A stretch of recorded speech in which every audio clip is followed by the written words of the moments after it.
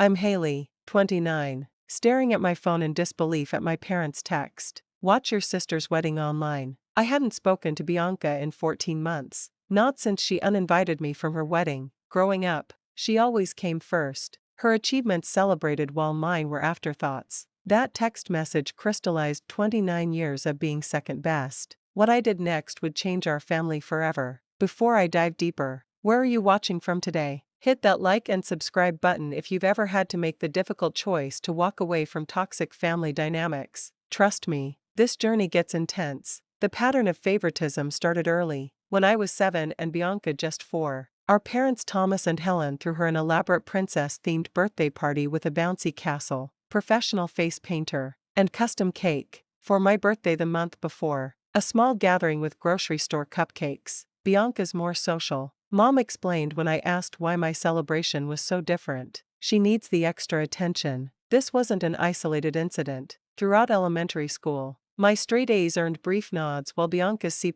in math received dinner celebrations. School just comes easily to you, Dad would say, dismissing my hours of studying. Bianca has to work harder, so we need to encourage her more. The message was clear. My achievements were expected, hers extraordinary. When I won first place in the state science competition in 8th grade, my parents skipped the awards ceremony for Bianca's dance recital. I stood alone on stage, scanning the audience for familiar faces, finding none. Later that night, my gold medal sat on the kitchen counter while everyone cooped over Bianca's participation certificate. There will be other science fairs, Mom said when she noticed my disappointment. Bianca only gets one chance at this recital. The disparities continued into high school. When I was caught missing curfew by 15 minutes after studying at the library, I was grounded for 2 weeks. When Bianca missed curfew by 3 hours after partying with friends, my parents merely sighed. At least she's being social and making connections. Their differing standards cut deep,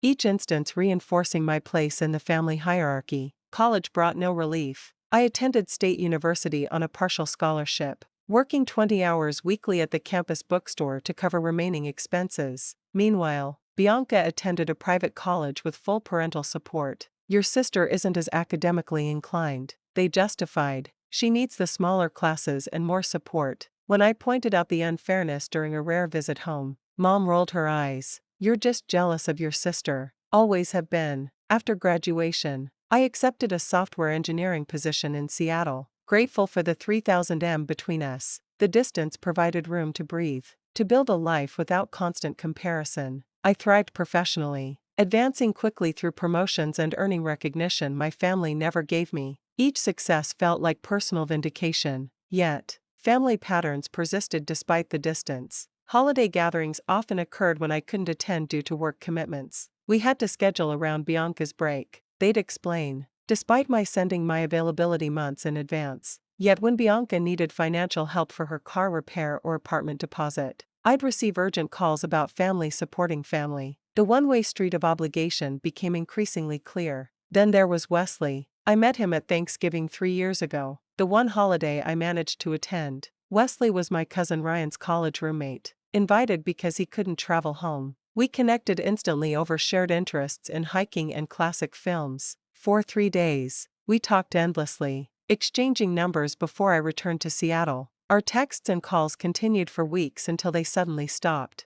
I later discovered why he'd met Bianca during a visit to Ryan's apartment. Within months, they were dating. I tried addressing these patterns during a rare phone call with my father. Dad, I feel like there's always been different rules and expectations for Bianca and me. His response was dismissive. That's ridiculous, Haley. We've always treated you both exactly the same. The gaslighting hurt worse than the favoritism itself. Denying my lived experience invalidated decades of accumulated pain. Through therapy, I began establishing boundaries. I declined financial requests while still sending birthday and Christmas gifts. I scheduled visits on my terms rather than dropping everything for family emergencies that usually centered around Bianca. I built a circle of supportive friends in Seattle who valued me for myself. Danielle, my neighbor turned best friend, became the sister I wished I'd had. My boss Kelsey recognized my talents and became a mentor. Slowly, I created the validation externally that my family never provided. By the time Bianca and Wesley's relationship became serious, I'd achieved a fragile peace with my family dynamics. I accepted phone calls on my terms, limited visits to manageable durations, and focused on my increasingly successful career. I thought I'd found the balance between maintaining family connections while protecting my mental health.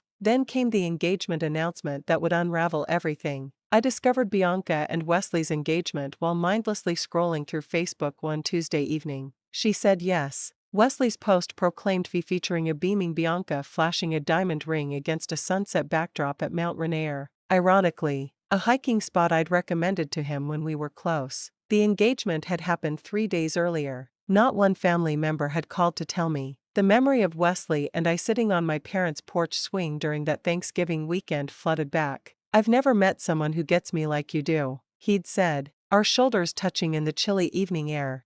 We'd made plans to meet in Portland, halfway between my Seattle home and his Portland apartment. Plans he canceled last minute. 2 weeks later, Bianca posted their first couple's photo. My phone rang the next morning. "Isn't it wonderful news?" Mom gushed, not acknowledging I'd learned about my sister's engagement through social media. "We're thinking June for the wedding. The country club has a perfect venue. You'll need to request time off work." "How long have you known about the engagement?" I asked, trying to keep my voice steady. "Oh, Wesley asked for your father's permission last month. We've been bursting to share the news, but Bianca wanted the proposal to be a surprise." The fact that everyone knew except me stung like salt in an open wound. Later that week, Aunt Patricia called my mother's sister, who had always seen through the family dynamics. "I saw the announcement," she said gently. "Are you okay, honey? I know about your connection with Wesley." "It was nothing serious," I lied, staring out my apartment window at Seattle's drizzling rain. "Just a brief friendship." "Well, I'm here if you need to talk. Family situations can be complicated." The understanding in her voice nearly broke my composure, despite my misgivings. I initially decided to attend the wedding. This was my sister's important day, and perhaps being there could begin healing our fractured relationship. I budgeted for appropriate attire, researched flights, and marked vacation days on my calendar. I even sent Bianca a congratulatory text. "So happy for you and Wesley. Looking forward to celebrating with you both." Her response came hours later. "Don't make this about you, Haley." "No thank you." No acknowledgement of my olive branch, just immediate defensiveness. I stared at those 7 words for 10 minutes trying to understand what I'd said wrong. Over coffee the next day, I confided in Danielle about my fears regarding the wedding. "I'm walking into a minefield," I admitted, "but skipping my only sister's wedding would permanently damage our relationship." "Just be prepared for drama," Danielle warned, squeezing my hand. "And know you can call me anytime during the weekend if you need backup." I booked non-refundable flights and a hotel room, spending nearly $2,000 I'd been saving for a coding boot camp. The investment felt symbolic of my commitment to family reconciliation. 3 days later, Bianca sent a group email to the bridal party, including me. I was listed as a bridesmaid alongside her friends from college and our cousin Madison. A spark of hope ignited in my chest. Perhaps this wedding could be a fresh start. That evening, Mom called with wedding details. "Bianca wants all bridesmaids to get the same haircut," she announced without preamble. "Shoulder length with layers. You'll need to grow yours out a bit." I touched my pixie cut, which I'd worn for years. "Mom, my hair won't grow 6 in 3 months." "Well, figure something out, Haley. This is your sister's special day." Her tone left no room for discussion. Bianca's subsequent group emails contained increasingly detailed demands. Specific shoes costing $300. Professional makeup appointments we'd pay for ourselves. Mandatory attendance at 5 pre-wedding events. Each requirement came with the same refrain: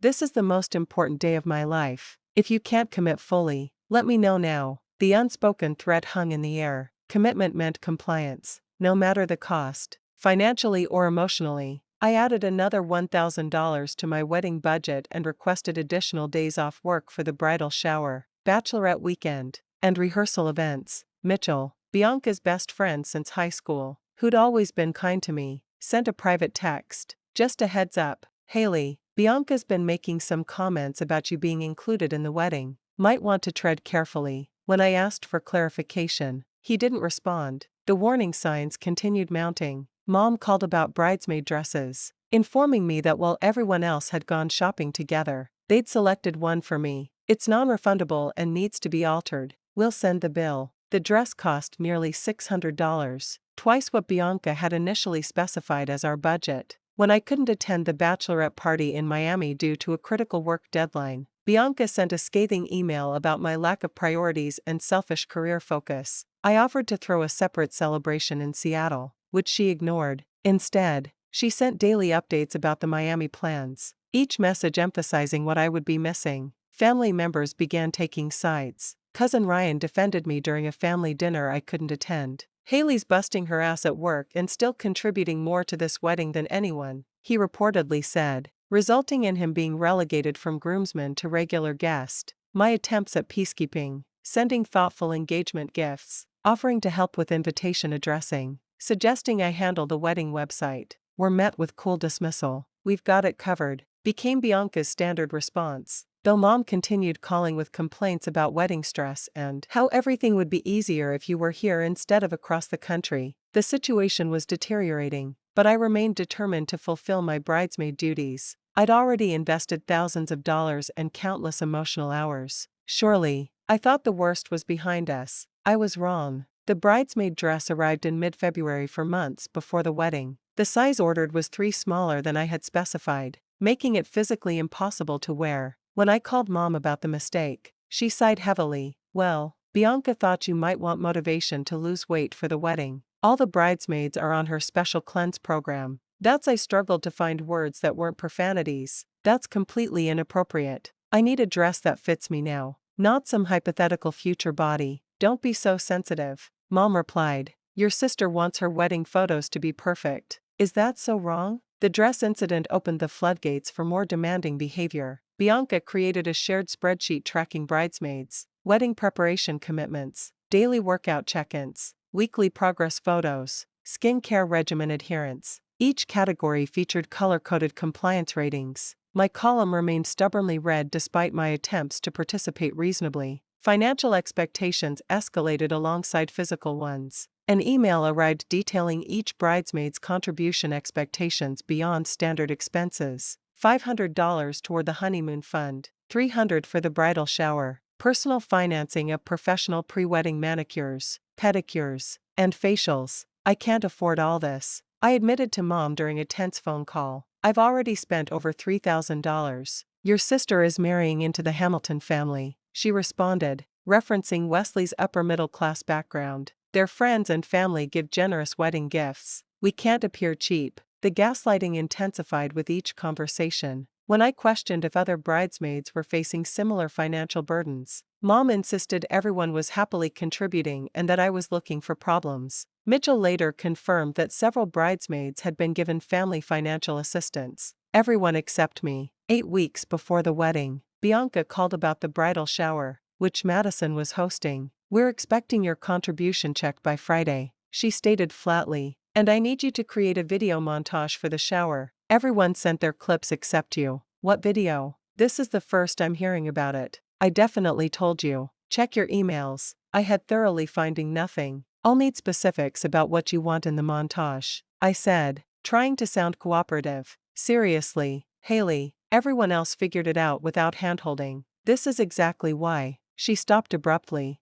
"Why? What?" "Nothing. Just get it done." "Okay. And remember, the check needs to arrive by Friday." The next bombshell dropped by a group text. Bridesmaid dress colors had changed. New dresses, non-return turnable, requiring additional alterations, would cost another $400. When I questioned the change, suggesting we could dye the existing dresses, Bianca responded publicly, "If anyone feels they can't fulfill their bridesmaid duties, please let me know privately rather than causing group drama." Several bridesmaids texted me privately expressing similar frustrations, but feared speaking up. The wedding was becoming a financial and emotional hostage situation, with Bianca wielding her special day as justification for increasingly unreasonable demands. Cousin Ryan called one evening after another family dinner I'd missed. "Just wanted you to know they spent 20 minutes discussing your difficult attitude tonight." He reported Uncle George actually spoke up and asked why you weren't being included in family photos they're displaying at the reception. Aunt Helen changed the subject. "They're displaying family photos without me." The exclusion felt deliberate and pointed. "I wanted to warn you. Things are getting weird here. Haley Wesley seems uncomfortable with how you're being treated, but he's not saying much." My stomach tightened. Has he mentioned our prior friendship? No, but Bianca makes strange comments whenever your name comes up. Something's definitely off. 2 weeks later, the bachelorette weekend occurred without me. Instagram showed the bridesmaids in matching swimsuits on Miami Beach, wearing custom Team Bride Sun hats I'd helped design but received no credit for. Bianca's caption stung. So grateful for friends who prioritize my happiness. Hashtag best bridesmaids ever. Throughout this period, I continued reaching out with offers to help remotely, addressing envelopes, creating wedding playlists, researching honeymoon activities. Each offer was declined with increasing irritation. If you really wanted to help, you'd be here, became the refrain, disregarding my work commitments and financial limitations. Future sister-in-law Veronica, Wesley's cousin, sent a particularly cutting text after I missed a weekday lunch for out-of-town wedding guests, an event scheduled with 1 day's notice. Your absence is becoming a pattern that's stressing beyond God. Maybe reconsider your involvement if you can't fully commit. My attempts to make peace, sending thoughtful gifts, offering technological assistance with wedding planning, making myself available for late-night phone calls were consistently rebuffed or criticized as insufficient. The goalpost for acceptable participation kept moving, ensuring I could never quite reach it. As the wedding approached, my anxiety intensified. What should have been a celebration was becoming a source of dread. Still, I clung to hope that showing up with a positive attitude might turn things around. Then came the devastating phone call that would change everything. We need to talk about your role in the wedding. Bianca began without preamble when I answered her call 6 weeks before the big day. Her voice carried the artificial sweetness she used when delivering bad news. I've been thinking that having you as a bridesmaid might be putting too much pressure on you. My stomach dropped. What do you mean? Well, you've missed so many important events. And there's been some tension with the other bridesmaids. This was news to me. Besides Veronica, the others had been cordial in our limited interactions. I think it might be best if you attended as a regular guest instead. The careful phrasing couldn't disguise what was happening. I was being demoted, pushed further from the inner circle. Bianca, I've spent thousands of dollars on bridesmaid expenses. I've taken time off work. I've tried to participate in everything possible from across the country. See, this is exactly what I mean. You're making this about money and inconvenience instead of my happiness. Her voice sharpened. This is supposed to be the happiest day of my life, and I don't need your negativity. I wasn't being negative. I was just mom and dad agree with me. They think it would be less stressful for everyone. The revelation that my parents had participated in this decision without speaking to me directly cut deeper than the demotion itself. Did they suggest this or does it matter? The point is we all think it's for the best. I sat in stunned silence on my couch, Seattle rain pattering against my windows, matching the tears I refused to let fall during the call. What about the dress? The flights? Everything I've already paid for. You can still come to the wedding, she said as if offering a generous concession, just not as part of the bridal party. After hanging up, I called my parents, hoping they might offer some explanation or comfort. Dad answered, his voice guarded. Your sister is under a lot of stress, Haley. The wedding planning is overwhelming her, and removing me from the bridal party helps. How exactly? Don't take it personally. It's just easier for her to work with bridesmaids who are local. The excuse rang hollow. Madison was flying in from Chicago, even farther than my Seattle to Boston trip. You could have talked to me directly instead of letting Bianca deliver the news. We thought it would be better coming from her. Translation: they'd lacked the courage to face me themselves. That evening,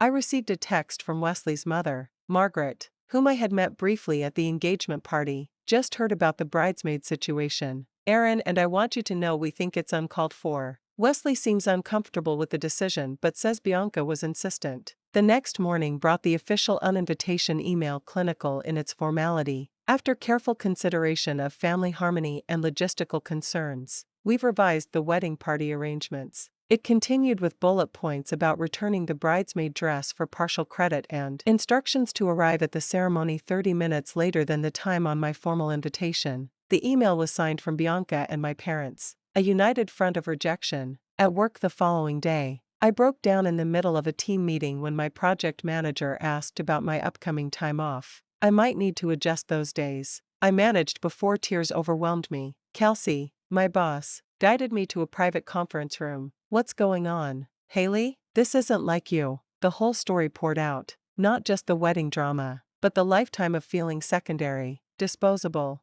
less worthy of love and attention. Kelsey listened without interrupting, then said something that would echo in my mind for months. Would you treat anyone the way your family treats you? Would you accept this behavior from friends or colleagues? The answer was obvious: never. I contacted a therapist that afternoon, securing an emergency appointment. Dr. Lauren Cameron listened to my story with compassionate attention, then asked, "What would happen if you didn't attend the wedding at all?" The question startled me. Not going seemed an option given the non-refundable expenses and potential family fallout. They'd never forgive me. Are they currently treating you in a forgiving, loving way? She countered gently. That evening, I calculated my wedding-related expenses, $3,875 in non-refundable costs. The financial loss would hurt, but Dr. Cameron's question resonated. Why was I fighting so hard to attend an event where I was clearly unwanted? I still had scheduled vacation days. Instead of canceling them, I began researching solo trips, perhaps a hiking retreat in Olympic National Park, something healing and reflective. The idea of spending those days in nature rather than tension-filled family obligations felt like oxygen after years of suffocation. Veronica's venomous text arrived the next day.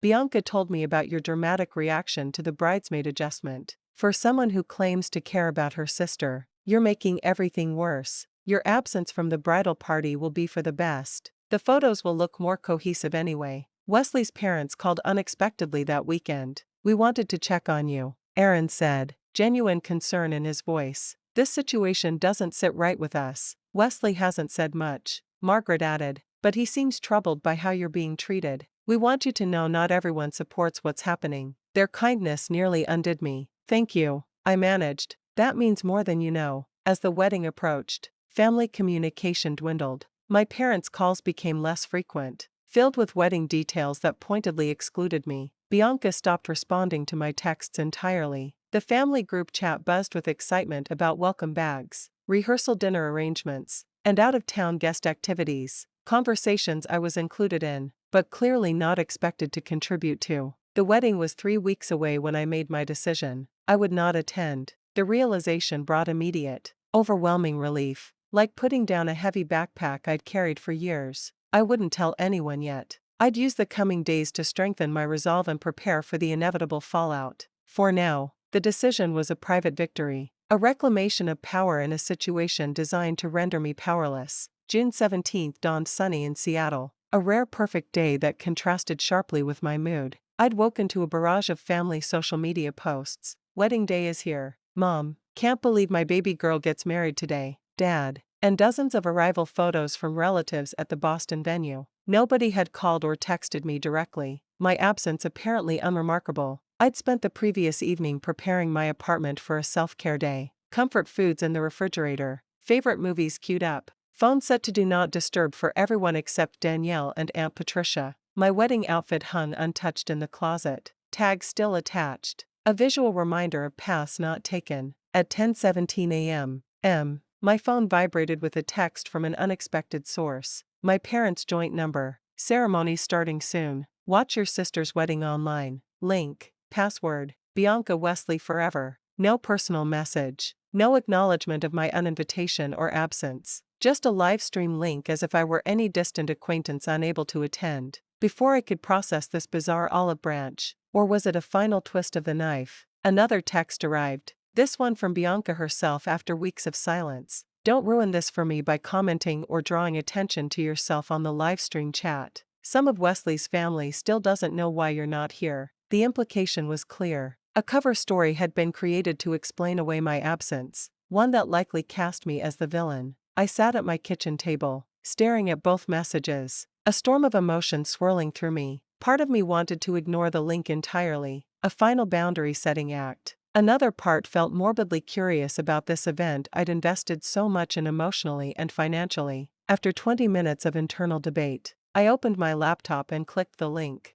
The password granted access to a professional live stream showing the country club's garden decorated with white roses and blue hydrangeas, my favorite flowers. Ironically, guests were still being seated, the string quartet playing softly in the background. I recognized faces as the camera panned across arriving family members. Aunt Patricia looking uncomfortable in a lavender dress. Uncle George checking his watch repeatedly. cousins Ryan and Madison whispering to each other with serious expressions. No one looked particularly joyful for a wedding day. The camera settled on the front row where my parents sat stiffly, Mom already dabbing at tears with a monogrammed handkerchief. The minister took his position, followed by Wesley and his groomsmen. Wesley's expression surprised me, not the beaming anticipation of a man about to marry his beloved, but something closer to resignation. I prepared myself a cup of tea, oddly detached as I watched this ceremony unfold 3000 m away. The program flashed briefly on screen. A list of wedding party members, ceremony elements,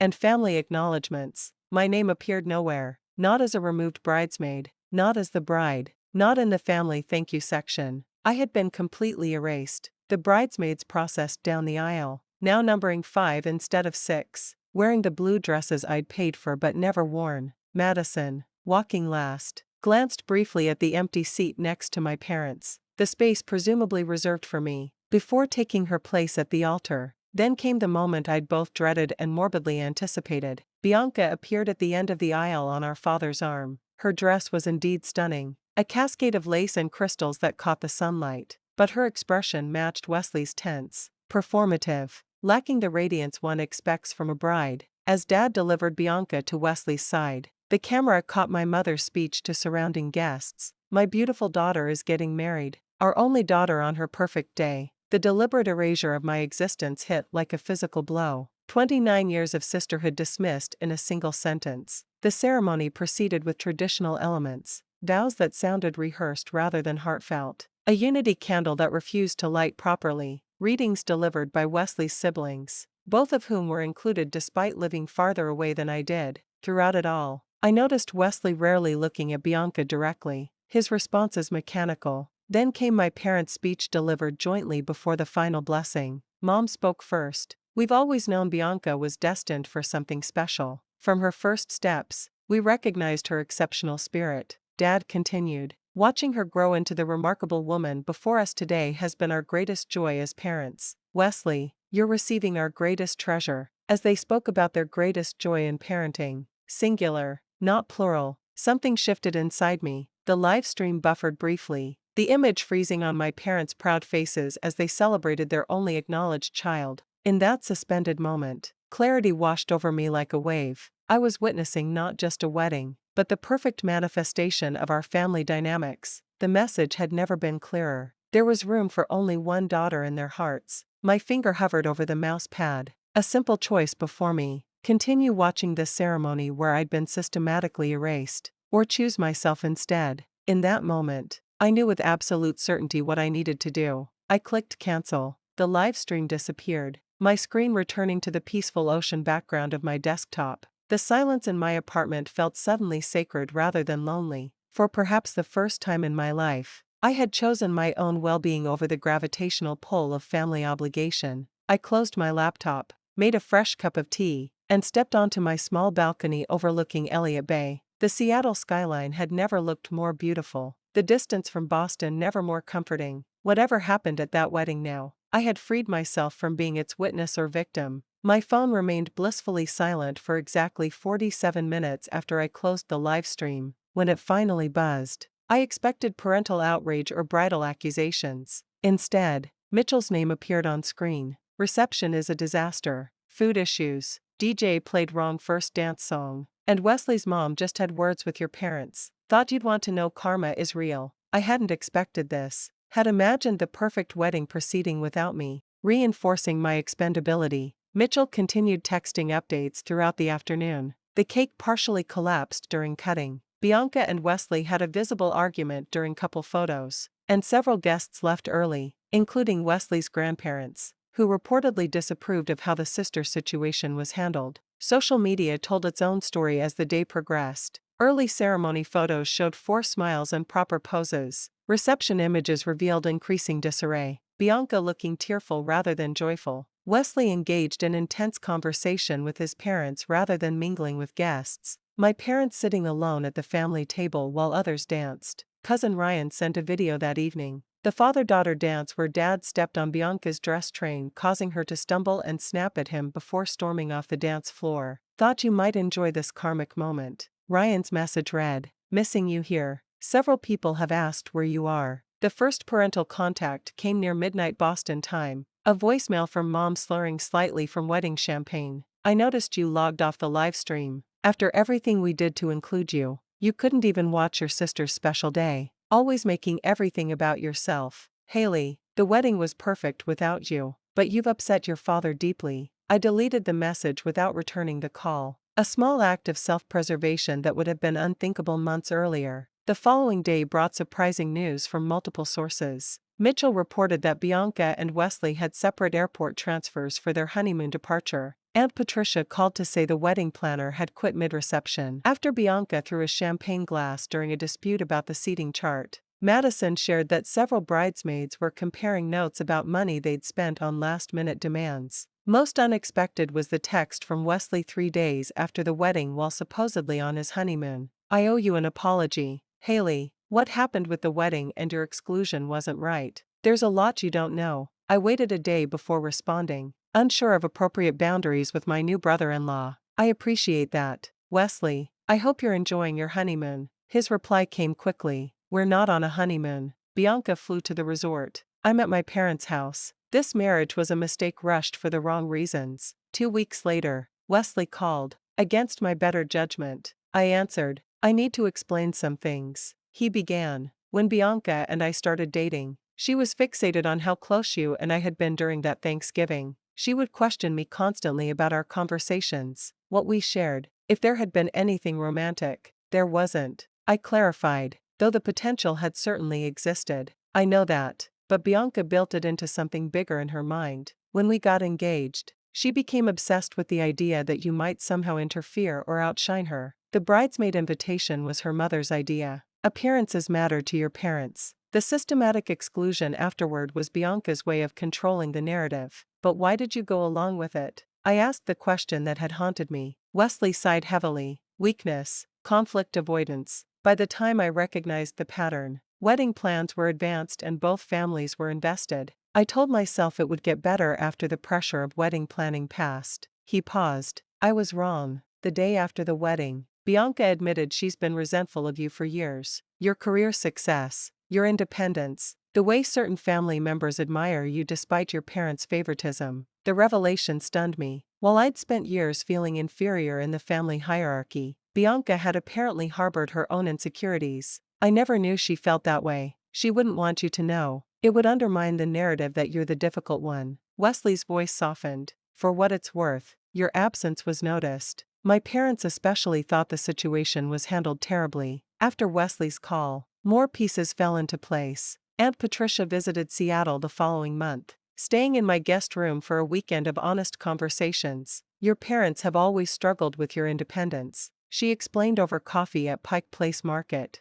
Bianca's need for constant validation made her easier for them to understand. Your self-sufficiency made them feel unnecessary. That's twisted logic, I responded. Family dynamics usually are. It doesn't excuse their behavior, but might help explain it. She squeezed my hand. I should have intervened more when you were younger. I saw what was happening, but told myself it wasn't my place. More revelations followed as family members, freed from wedding obligations, began reaching out independently. Cousin Ryan shared that Bianca had specifically instructed the photographer to crop me out of any family photos used in the wedding. Uncle George confessed he'd questioned my parents about my absence, receiving vague explanations about Haley's choice not to participate fully. Most surprisingly, my childhood friend Amber, who'd attended as Wesley's family friend, called to reconnect. The things Bianca said about you didn't match the Haley I grew up with. I should have reached out sooner to hear your side. Meanwhile, the newlyweds' troubles escalated. According to family gossip, Bianca returned from her solo honeymoon to find Wesley moved back with his parents. A separation was announced 6 weeks after the wedding, with Wesley filing for annulment, citing fraud and misrepresentation, terms that raised eyebrows throughout both families. My parents finally called in late July, their first direct contact since the wedding day livestream link. We may have handled some things poorly, Dad began, the closest thing to an apology I'd ever receive. The wedding was more stressful than we anticipated. I'm sure it was, I replied neutrally, unwilling to make their emotional comfort my responsibility. Bianca and Wesley are having some challenges, Mom added. She could really use her sister's support right now. The request was so typical. expecting me to provide emotional labor after months of exclusion and hurt that I almost laughed. "I'm not available for that role currently," I said instead. "My therapist's boundary setting exercise is paying off. I wish her well, but we need time and space before considering any reconciliation." Their surprise at my refusal was palpable. For the first time, I wasn't falling in line with family expectations. The conversation ended awkwardly with promises to talk soon. That felt hollow. As summer transitioned to fall, I focused on rebuilding my life without the constant undercurrent of family drama. Work provided healthy challenges and recognition. New friendships developed through a hiking group and community garden project. I began dating Brandon, a software developer with a close-knit functional family who found my family stories almost unbelievable. The most healing connections came from extended family members reaching out independently. Aunt Patricia's weekly calls became a cherished routine. Cousin Ryan visited during a business trip, bringing family news without the toxic dynamics. Even Wesley's parents sent a thoughtful birthday card, a small acknowledgement that family connections could exist outside traditional boundaries. By the time the annulment was finalized in October, just 4 months after the wedding, I had created enough distance to feel genuine sympathy rather than vindication. According to Mitchell, who remained a surprising ally, Bianca had returned to our parents' home temporarily, the failure of her marriage reinforcing unhealthy dependency patterns. "She asked about you yesterday," Mitchell mentioned during one update call, not in her usual way. "She seemed genuinely curious how you're doing." "That's progress, I suppose," I responded, neither closing nor opening the door to reconciliation. Time would tell whether genuine change was possible, but I no longer felt responsible for making it happen. 6 months after clicking cancel on the wedding livestream, my life had transformed in ways I couldn't have anticipated. The non-refundable vacation days initially planned for wedding festivities had become a solo hiking retreat in Olympic National Park, where I'd found unexpected peace among ancient trees and misty mountains. That week of solitude had sparked a passion for outdoor adventures, leading to regular weekend explorations of the Pacific Northwest with my newly formed hiking group. Wesley and Bianca's marriage officially ended after 4 months. Their annulment granted on grounds that raised eyebrows but remained legally sealed. Wesley moved to Portland, occasionally sending brief friendly texts that respected my boundaries while acknowledging our complicated connection. Bianca remained with our parents, her career plans once again taking secondary importance to emotional family entanglements. My relationship with Brandon evolved naturally without the pressure or comparison that had characterized previous relationships. His healthy family dynamics initially felt foreign. Parents who celebrated both children's achievements equally, siblings who supported rather than competed with each other. "This is how family should work," he explained simply when I expressed surprise at his mother calling just to check in without an agenda. Therapy with Dr. Cameron continued bi-weekly, focusing less on family wounds and more on building the future I wanted. "Family patterns don't disappear," she explained during one particularly insightful session, "but you can recognize them early and choose different responses. That's where your power lies." This new understanding was tested when my parents called in December, 6 months post-wedding. "We're planning a family reunion next summer. Mom announced Bianca's excited about it and we want to make sure you'll attend." Rather than immediately agreeing or rejecting the invitation, I asked questions. When exactly? Who would be there? Could I bring Brandon? The answers revealed the same old patterns. Dates chosen around Bianca's schedule without consulting mine. Hesitation about including my new boyfriend when family is already complicated enough right now. "I'll need to check my calendar and get back to you," I responded, a simple boundary that would have been impossible a year earlier. My mother's startled silence spoke volumes. When I declined a reunion invitation a week later, explaining that the dates conflicted with a pre-planned trip with Brandon, my father's disappointment turned accusatory. "Family should come first, Haley. Bianca's really trying to reconnect." "I'm glad to hear that," I replied calmly. "I'm open to reconnecting too, but it needs to happen at a time that works for both of us, not just on our schedule." The conversation ended abruptly, but I felt peaceful rather than guilty. Afterward, professional advancement provided additional validation of my worth outside family metrics. My promotion to senior software engineer came with team leadership responsibilities and recognition from company executives. When I shared the news with Aunt Patricia rather than my parents, she understood the significance of that choice without judgment. Cousin Ryan's wedding in March provided another opportunity for family recalibration. Unlike Bianca's exclusionary celebration, Ryan and his fiancée Lisa intentionally created space for extended family healing. They seated me at a table with supportive relatives, kept my parents and Bianca at a comfortable distance, and even acknowledged Brandon as my partner in their reception introductions. "We want everyone to feel welcome here," Lisa told me during a quiet moment. "Family is what you make it, not just what you're born into." The conversation ended abruptly, but I felt peaceful rather than guilty. Afterward, professional advancement provided additional validation of my worth outside family metrics. My promotion to senior software engineer came with team leadership responsibilities and recognition from company executives. When I shared the news with Aunt Patricia rather than my parents, she understood the significance of that choice without judgment. Cousin Ryan's wedding in March provided another opportunity for family recalibration. Unlike Bianca's exclusionary celebration, Ryan and his fiancée Lisa intentionally created space for extended family healing. They seated me at a table with supportive relatives, kept my parents and Bianca at a comfortable distance, and even acknowledged Brandon as my partner in their reception introductions. "We want everyone to feel welcome here," Lisa told me during a quiet moment. "Family is what you make it, not just what you're born into." That philosophy resonated deeply as I continued building my chosen family in Seattle. Danielle remained my steadfast friend, now joined by hiking companions, work colleagues, and Brandon's warm circle. Sunday dinners at our favorite neighborhood restaurant became a tradition, the table expanding to include whoever needed community that week. My parents' slow recognition of consequences began approximately 7 months after the wedding. Their calls became less demanding, more tentative as they realized I would no longer automatically accommodate family expectations. "You've changed," Mom observed during one conversation, her tone suggesting this wasn't entirely positive. "There's a difference." Bianca's path proved more complicated. According to family reports, she cycled between blaming Wesley for the failed marriage and acknowledging her role in its collapse. Her text messages to me evolved from accusatory to cautiously neutral, though true accountability remained elusive. "Sometimes I think about Thanksgiving 3 years ago," she wrote in her most vulnerable message. "Things might have been different if I hadn't felt so threatened by you and Wesley's connection." It wasn't quite an apology, but it acknowledged a truth previously denied.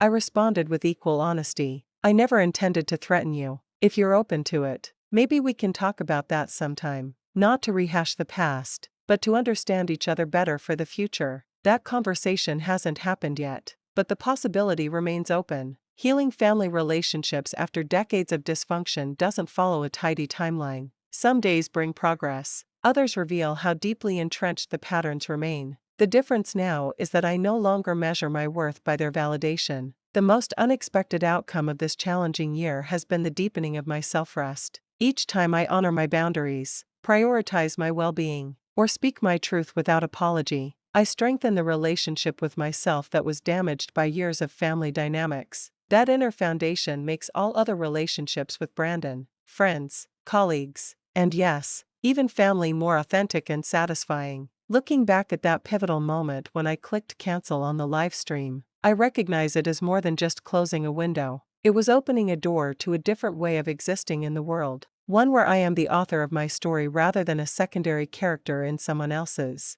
Have you ever had to make the difficult choice to step back from family dysfunction? What boundaries have you created that helped you heal? Share your experiences in the comments below. If this story resonated with you, please hit the like button and subscribe to hear more journeys of finding strength through difficult family situations. Remember, sometimes the most loving thing you can do for yourself and ultimately for others is to break unhealthy patterns, even when it feels impossibly hard. Thank you for listening to my story. Wishing you courage on your own path to authentic relationships.